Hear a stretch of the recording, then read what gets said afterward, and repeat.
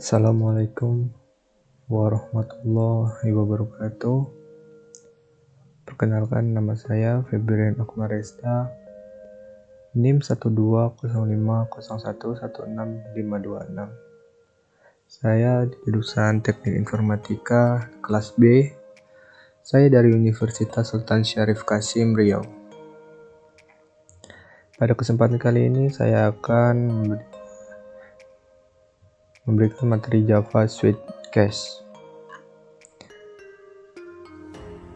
Langsung saja, materi Java. Konsep dasar percabangan. Setiap program berawal dari input data. Bentuk data bisa saja bermacam-macam. Data yang diinputkan akan diproses dan menghasilkan output. Perhatikan gambar berikut. Ini gambarnya, mulai dari input, proses, terjadi habis itu output, terjadilah output. Biasanya proses akan sangat bervariasi.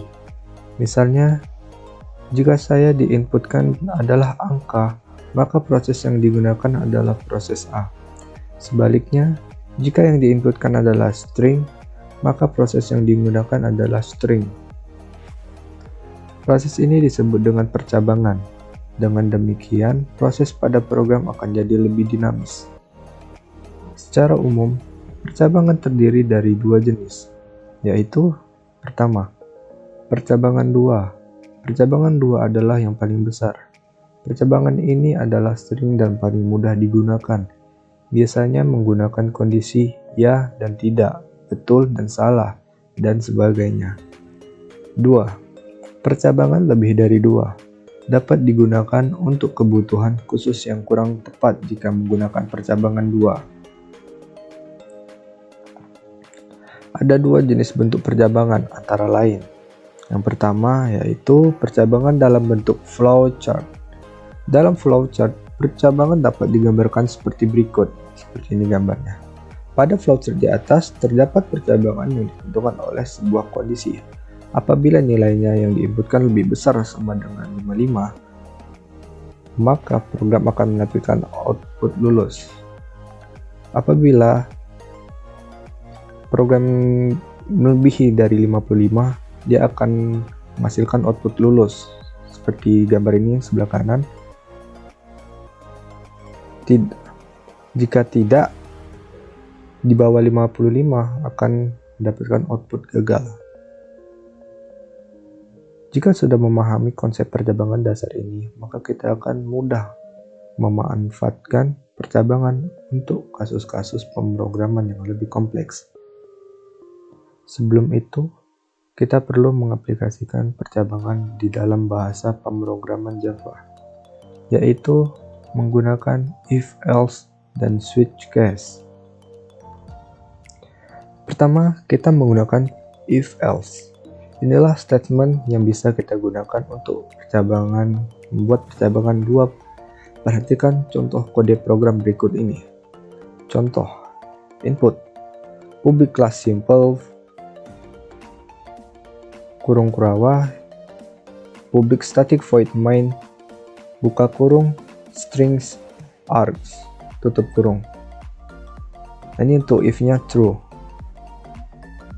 Ini kita menggunakan input if else.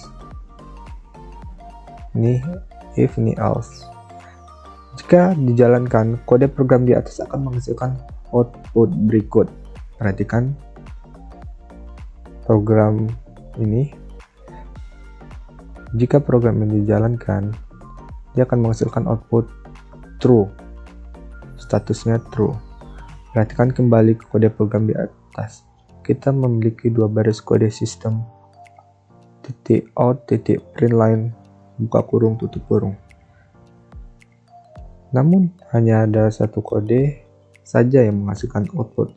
Hal ini wajar, karena kita menggunakan statement if else. Statement if else digunakan untuk percabangan, artinya banyak akan menjalankan salah satu blok kode yang ada blok if atau blok else. Percabangan seperti ini dapat kita manfaatkan untuk banyak jenis program, dari yang sederhana sampai yang kompleks. Seperti gambar yang di atas ini,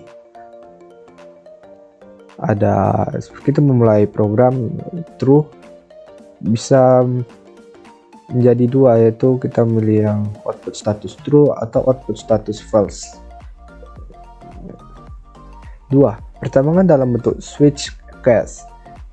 Selain statement if else, kita dapat digunakan statement switch case untuk melakukan percabangan.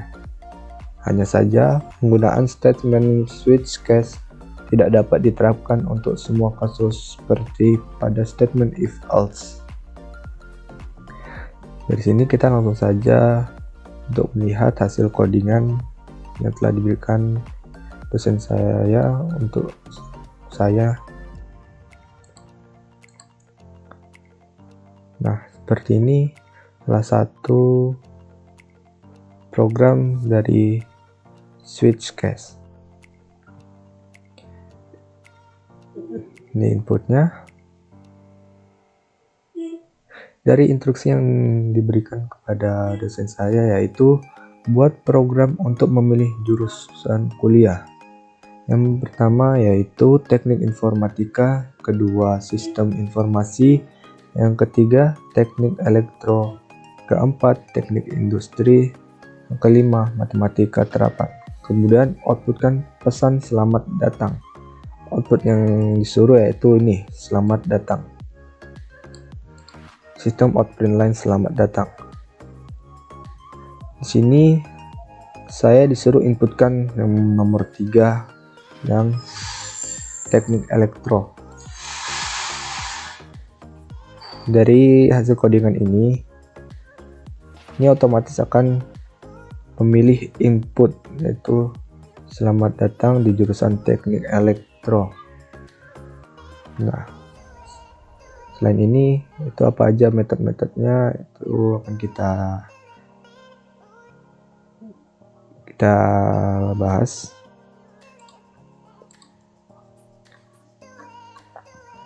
Metode. Apakah yang dimaksud dengan metode dalam bahasa pemrogram Java? Metode merupakan sekumpulan kode yang diberi nama dan melekat dalam kelas. Lantas, apakah yang dimaksud dengan metode main pada Java? Metode main merupakan sebuah metode yang pertama kali akan dijalankan saat program dieksekusi. Metode main dapat diartikan sebagai ibu dari program-program di bawahnya, atau dapat juga disebut metode utama yang mendukung program agar dapat berjalan. Di dalam metode main dapat kita lihat terdapat string args yang terdapat di dalam tanda kurung.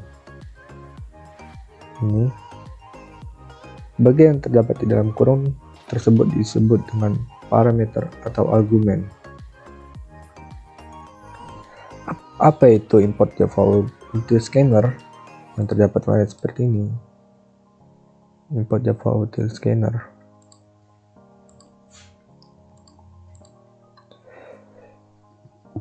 Import Java util scanner merupakan coding untuk memasukkan paket scanner.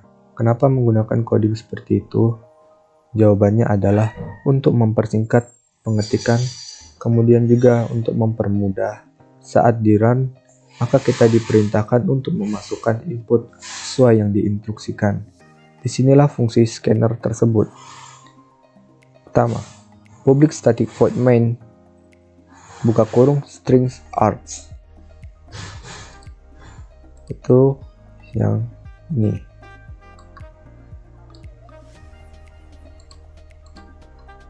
Public static void main string args merupakan elemen wajib yang harus ada dalam bahasa pemrogram Java. Karena tanpa adanya elemen tersebut, program yang dibuat dengan bahasa pemrogram Java tidak akan berjalan dengan baik. Pada elemen di atas terdapat kata public. Public merupakan sebuah pernyataan yang menyatakan bahwa elemen atau statement tersebut bersifat publik, yang artinya dapat dipanggil dimanapun. Public. Metode publik dapat diartikan bahwa argumen atau metode main merupakan sebuah metode yang bersifat publik. Dengan kata lain, metode main dapat dipanggil di mana saja.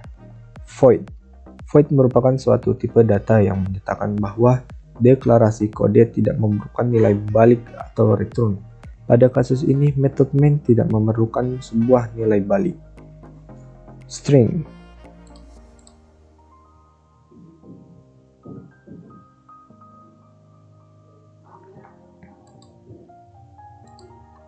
String menyatakan bahwa argumen yang terdapat pada kode Java tersebut merupakan string.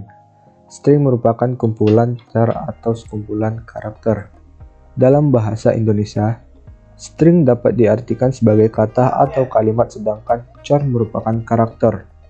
Karakter meliputi huruf angka dan beberapa simbol. Args. Dan args merupakan argumen bertipe data string yang mengandung array. Dari mana kita tahu bahwa args mengandung array? Perhatikan pada string, args pada elemen tersebut mengandung tanda seperti ini, simbol ini, yang mana dalam bahasa pemrograman tanda seperti itu diartikan bahwa elemen tersebut merupakan array. Jadi kalau tanda seperti ini adalah array.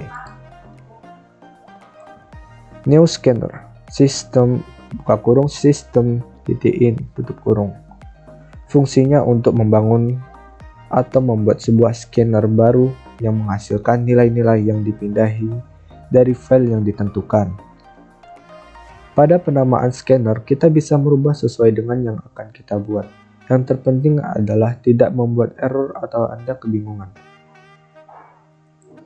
Next in, buka kurung tutup kurung. Ini berfungsi untuk menginput data yang akan kita buat. int, ini maksud integer, adalah tipe data untuk angka numerik yang tidak menggunakan koma. Untuk tipe data 32 bit. Pengertian switch case, bahasa Java. Kondisi switch case adalah percabangan kode program di mana kita membandingkan isi sebuah variabel dengan beberapa nilai. Jika proses perbandingan tersebut menghasilkan true, maka blok kode program akan diproses. Kondisi switch case terdiri dari dua bagian, yakni pemerintah switch di mana terdapat nama variabel yang akan diperiksa, serta satu atau lebih perintah case untuk setiap nilai yang akan diperiksa. Di awal kode program terdapat perintah switch untuk menginput variabel yang akan diperiksa. Kemudian terdapat beberapa perintah case yang diikuti dengan sebuah nilai. Jika isi dari nama variabel sama dengan salah satu nilai ini, maka blok kode program akan dijalankan jika ternyata tidak ada kondisi case yang dipenuhi. Blok default di baris paling bawah lah yang akan dijalankan. Di dalam setiap blok case diakhiri dengan perintah break, agar struktur case langsung berhenti begitu kondisi terpenuhi.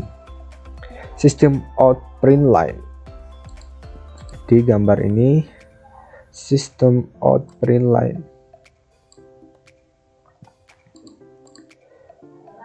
Perintah sistem out print line digunakan untuk menampilkan output ke monitor, dan jika menggunakan perintah ini, baris yang pertama dengan yang kedua atau yang selanjutnya akan dibatasi dengan enter atau akan ditulis di baris selanjutnya. Baik, itu saja yang bisa saya sampaikan pada pembahasan kali ini. Kurang lebihnya saya minta maaf sebesar-besarnya.